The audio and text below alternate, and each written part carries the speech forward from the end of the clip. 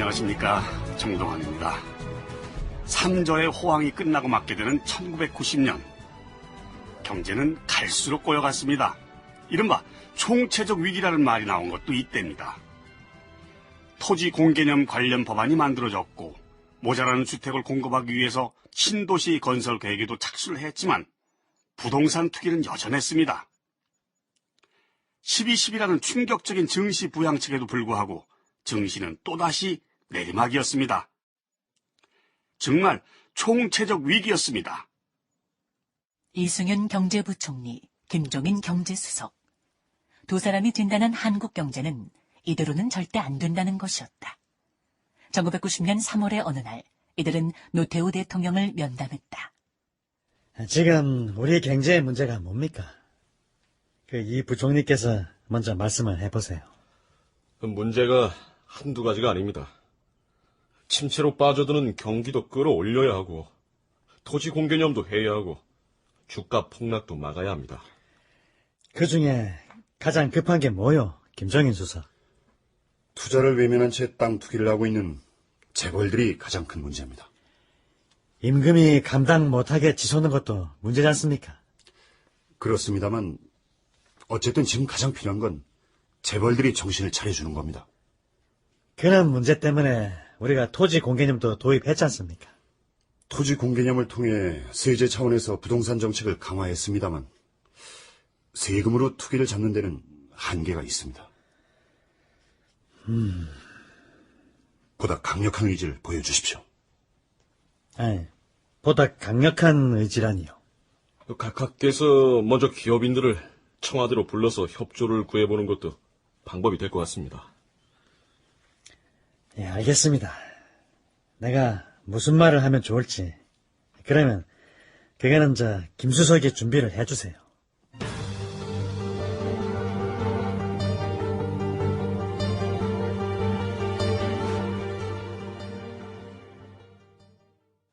(1990년 3월 27일) 노태우 대통령은 5대 그룹 회장을 청와대로 초청해 만찬을 함께했다.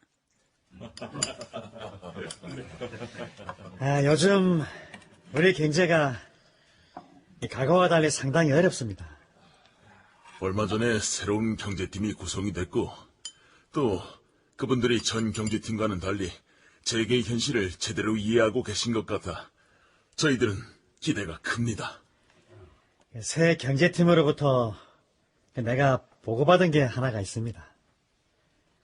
제발 여러분들이 좀 잘 해주셔야 우리가 지금 겪고 있는 이 어려움을 벗어날 수가 있다 하는 겁니다. 당연히 저희들이 협조할 일이 있으면 협조를 하겠습니다. 예, 그러면 내 말씀을 드리죠. 가장 먼저 부탁을 드리고 싶은 것은 대기업들이 부동산 투기를 하지 말아달라는 겁니다. 아니, 왜요? 들어주기가 힘든 내용입니까? 아닙니다, 각하. 특히 재벌들의 부동산 투기 문제는 내가 여러 차례 당부한 바도 있습니다. 경제팀이 바뀐 김에 재벌들의 부동산 투기 문제, 여러분들이 어떻게 정리하시는지 한번 지켜보겠습니다. 그 밖에도 노태우 대통령은 몇 가지를 더 당부했는데 이날 노태우 대통령이 재벌들에게 당부한 내용은 다음과 같다. 첫째, 대기업이 부동산 투기를 한다는 지탄을 받는 일이 없도록 해달라. 둘째, 사원들의 복지정책 강화로 노사분규를 사전에 예방해달라. 셋째, 중소기업의 고유업종을 침해하지 않도록 해달라. 넷째, 중복투자나 영역싸움으로 자원의 낭비가 없도록 해달라. 다섯째, 일정 규모의 사회기금을 조성해서 재계의 이미지를 높여달라. 당시 청와대는 대통령이 특별히 당부한 일인 만큼 재벌들이 가시적으로 실천하는 모습을 보여줄 것으로 기대했다. 그러나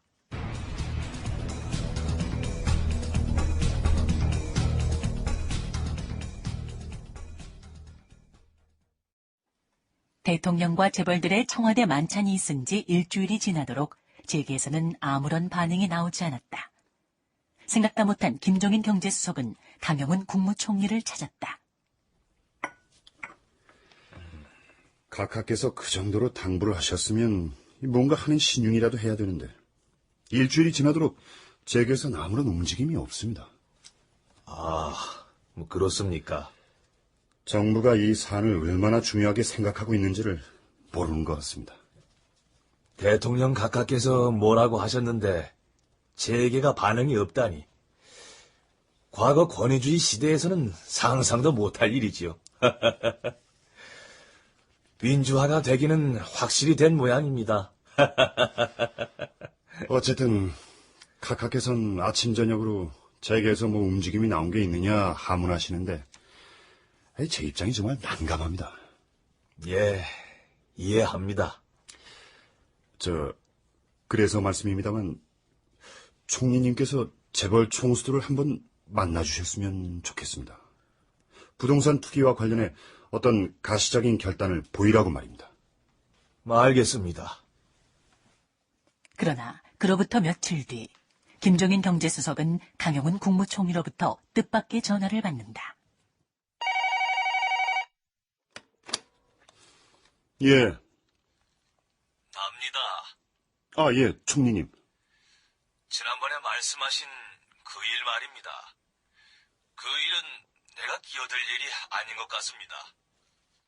그게 무슨 말씀이십니까?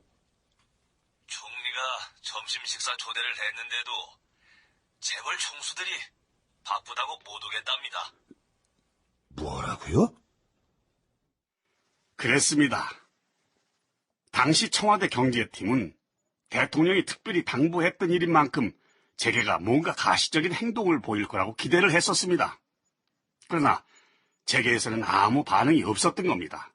그러자 국무총리가 만나자고 나섰습니다만 재계 총수들은 그 요청도 거절합니다. 이렇게 되자 노태우 대통령은 모든 것을 떠나서 대통령으로서의 자존심이 상하게 됩니다. 아니, 그게 무슨 말입니까, 김수사? 재계 총수들이 아무 반응이 없다? 게다가 국무총리가 불렀는데도 바빠서 못 온다고 했다고?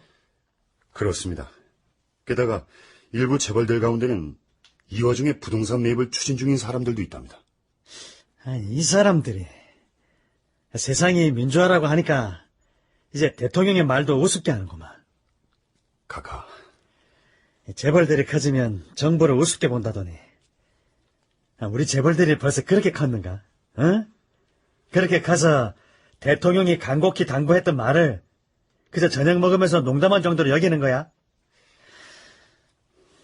김수사, 나는 적어도 이런 문제는 그냥 못 넘어가겠습니다. 예? 자존심이 너무 상합니다. 각하, 재벌의 부동산 투기 근절은 청와대가 중심이 돼서 해결해야겠습니다. 해야 되면 해야지. 그런데 대통령을 우습게 보는 사람들인데 경제수석이라고 저 사람들이 왜 눈 하나 깜짝하겠습니까? 그 사람들, 청와대가 그렇게 호락호락하지 않다는 것을 곧 알게 해줄 겁니다.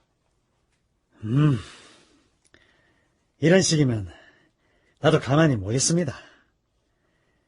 서영태 국세청장 불러다가 기업들의 비업무용 부동산 실태를 조사하라 해야겠는데 서 청장 당장 들어오라고 하세요. 알겠습니다.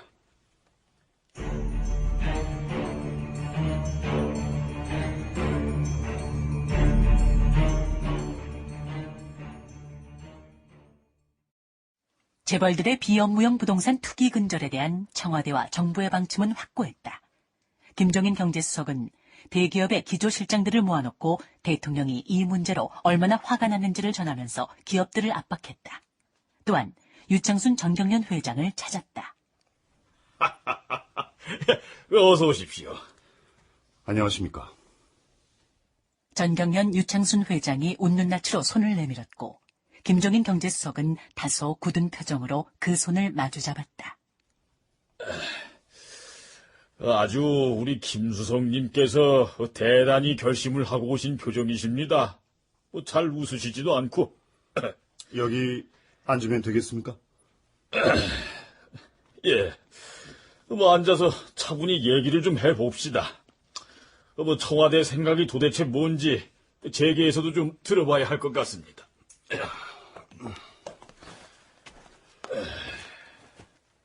지난번 대통령 각하께서 재계 총수들을 불러다가 부동산 투기 근절을 당부하셨습니다. 예, 그런데 이렇다 할 반응이 나오지 않고 있습니다. 각하의 간곡한 당부를 소홀히 한 것은 두 가지로밖에 해석할 수 없습니다. 뭡니까? 하나는 세상이 바뀌었으니 재벌들이 자기들 마음대로 해도 된다고 생각하는 거고, 김수성님, 그 말씀이 좀 지나치십니다. 또 하나는 대통령의 임기가 5년밖에 안 되니까 뭐 그럭저럭 버텨나가면 된다, 이런 거 아니십니까? 둘 다 아닙니다. 그리고 며칠 전에 김수석께서 재벌 회사들 기획조정실장들을 불러다가 아주 호통을 치셨다고 들었습니다. 어떤 친구는 협박을 당했다고도 표현을 합니다. 협박이요? 이런 식이라면 국세청이 재벌들의 비업무용 부동산 실태를 낱낱이 조사하겠다고 했습니다. 원칙을 말한 건데 그걸 협박으로 들었다면 좋습니다. 협박이라고 해두시죠. 청와대 경제수석이라는 분이 나서서 그렇게 기업의 협박을 하시면 안 되죠. 너무 심한 처사입니다. 이런 식으로 기업을 몰아붙이면 어떻게 합니까? 몰아붙일만 하니까 몰아붙이는 겁니다. 기업이 잘 돼야 나라가 잘 되고, 나라가 잘 돼야 또 안보도 잘 되는 겁니다. 특히나 우리나라같이 남북이 대치하고 있는 상황에서 이런 식으로다가 기업을 몰아붙이시면 재벌 문제를 이대로 방치하면요, 북에서 내려오기 전에 남쪽에서 먼저 터져버립니다. 아시겠습니까? 김수석! 유 회장님, 제가 여기서 한마디만 덧붙이겠습니다. 기업들의 비업무용 부동산 문제요, 경제로 안 되면 정치적인 방법으로라도 해결하겠습니다. 아시겠습니까? 재벌 기업들의 부동산 투기 근절에 대한 청와대와 정부의 의지는 강경해 보였다. 1990년 5월 4일 동아일보. 경제기획원과 재무부, 국세청 등이 마련 중인 대책에 따르면 30대 재벌그룹과 은행, 증권, 보험 등 금융기관들에 대해 비업무용 부동산 및 업무용으로 신고는 돼 있으나 조기 활용 계획이 없는 부동산은 6개월 이내에 이를 처분토록 할 계획이다. 정부는 이 같은 대기업 부동산의 매각 유도를 위해 비업무용 및 사실상 투기성이 짙은 부동산을 조기에 매각하지 않을 경우 소속 계열 업체들에 대해서까지 유상증자 및 회사채 발행 등 직접 금융조달 기회를 박탈하는 방안을 강구 중이다.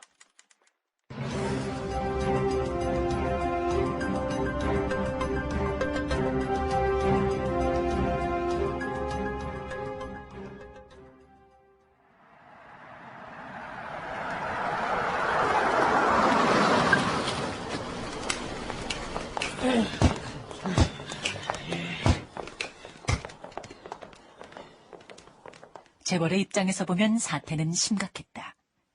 재벌 기업의 기획조정 실장들이 속속 여의도 정경영 사무실로 모여 회의에 들어가는 등 재계에는 비상이 걸렸다. 정경련에서는 조규화 전무가 이 일을 맡았다.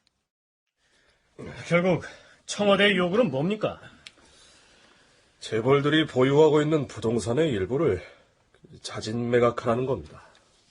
아니, 기업마다 사정이 다 다른데 이렇게 일괄적으로 자진 매각을 하라고 하면 민주주의 국가에서 그게 안 되는 얘기 아닙니까?